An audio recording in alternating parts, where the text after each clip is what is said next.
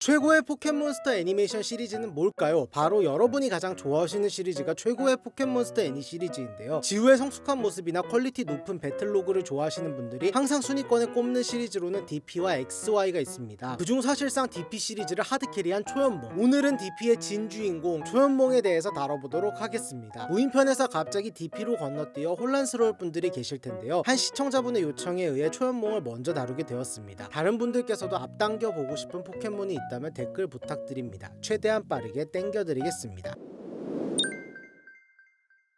강한 포켓몬은 타고나는 것이라며 항상 강한 포켓몬에 목말라 있던 최용, 최악, 최강의 트레이너 진철, 역시나 강한 포켓몬을 만나기 위해 신호지방의 어느 숲을 뒤지던 중 장고무리에게 쫓기던 불꽃숭이를 마주치고 그 불꽃숭이의 엄청난 화력을 보게 됩니다. 리그 낭인이었던 진철은 이 불꽃이야말로 무관 탈출의 열쇠라 생각하고 불꽃숭이에게 함께 가자 제안하고 불꽃숭이는 따라옵니다. 나름의 방식대로 불꽃숭이를 열심히 훈련시키지만 아쉽게도 진철이는 중요한 포인트를 놓치고 있었는데요. 불꽃숭이의 엄청난 화력은 맹화에서 비롯되는 것인데, 맹화가 뭐냐? 체력이 3분의 1 이하로 떨어지면 불꽃 타입 기술의 위력이 올라가는 특성인데요. 즉 맹화가 발동되기 위해서는 상대의 기술을 막고도 체력을 3분의 1 이하로 남기며 버틸 수 있는 맷집이 필요한데 무작정 몰아붙이기만 하니 맹화가 발동될 리가 없습니다. 그리고 진철과 불꽃숭이는 또 다른 리그 낭인 한감독과 웅코치와 마주칩니다. 제3자가 봤을 때는 도무지 이해가 가지 않는 진철의 훈련 방식이었고, 이에 따지던 도중 진철의 이야기를 듣고 불꽃숭이에게 필요한 건 맷집이라는 걸 바로 캐치해냅니다.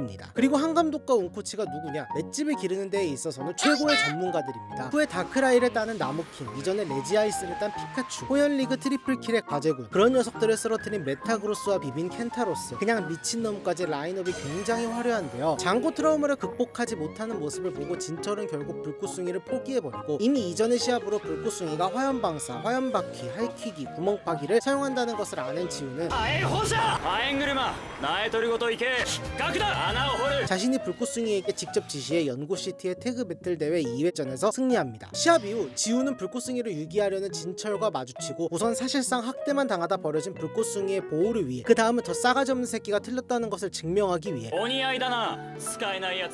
마지막으로는 불꽃숭이의 어느 부분을 보완해야 할지 명확하게 알았기 때문에 지우는 불꽃숭이에게 함께 가자 제안하고 불꽃숭이는 이를 수락합니다. 지우 포켓몬으로서 첫 시합은 같은 대회의 결승전이었습니다. 아직 주입식 훈련을 시작하기 전임에도 어차피 상대가 코디네이터랑 오타쿠라 만만하게 봤던 것 같은데요. 역시 방심은 금물인지 살짝 위기에 처하지만 진철의 에레키드가 에레브로 진화하며 진화 버프를 받아 캐리합니다. 이후 빛나의 팽돌이에게도 지는 모습을 보며 빠르게 주입식 훈련에 들어가고, 불꽃숭이만 따로 주입받는 사이 장고 무리로 인해 지우 일행이 위기에 처하는데요. 이를 구해주면서 장고 트라우마도 극복합니다. 불꽃 타입인 주제에 얼기도 하고 첫 체육관전인 장막 체육관전에선 상성상 유리한 루카리오에게 패하기도 하며 실망스러운 모습을 보여주는 불꽃숭이. 그렇지만 한 감독은 포기하지 않고 투약량을 늘리고, 이로 인해 레이지라도 온 건지 지우를 무시하고 가려는 진철을 도발해 시합을 이끌어내고 그 맹화를 선보이며 진철의 링곰에게 승리합니다. 이후 진짜 레이지라도 온 건지 날뛰는 못난 불꽃숭이를 그래도 사랑으로 감싸줍니다. 멜리사에게는 지우의 기권으로 패배하고, 진철이 빠돌이의 찌르오크에게는 승리하지만 이어서 나온 상성상 유리한 로즈레이드에게는 패배하는 등 아직은 두각을 나타내지 못하는 와중 불꽃숭이의 두 번째 체육관전이 시작되는데요. 여기서부터 지우의 격려와 투여가 빛을 보기 시작합니다. 최면술 대책으로 만든 카운터 실드를 화염바퀴와 동시에 사용하며 한 번 더 업그레이드해 무음아직을 쓰러뜨리고, 화력 싸움에서 우위를 점하며 이전에 지우를 기권하게 만든 동실라이드까지 이기며 연고 체육관전을 캐리합니다. 이후 운하 체육관전에서도 동밀어는 순수 체급 싸움으로, 강철토는 구멍파기로 집안을 약하게 만든 후 빈틈을 만들어 두 마리나 쓸어담지만 아쉽게 수입까지는 못하고, 선단 체육관전에서는 견문색이라도 각성했는지 기습하는 눈쓰개를 처리, 무청의 에이스 눈설왕은 아예 농락받아 쓰러뜨립니다. 선단 체육관에서의 배틀 이후 이전에 진철의 형 진환의 배틀프런티어 제페를 좌절시킨 기선, 그리고 그 승부를 보고 자신만의 강함에 집착하게 되어 형과는 반대의 길을 선택한 진철, 거기에 형과 비슷한 길을 가면서도 기선을 꺾은 적이 있는 지우까지 우연히 모두가 한자리에 모이게 되고, 그 자리에서 진철은 기선에게 시합을 신청합니다. 과거와 형을 제외하면 무엇을 위해 싸우는지 묻는 기선에게 진철은 아무런 대답도 하지 못하고 완패하고, 그런 진철에게 지우와의 6대6 배틀을 제안하는 진환과 기선, 이렇게 포에니 역사상 손꼽히는 명승부가 시작됩니다.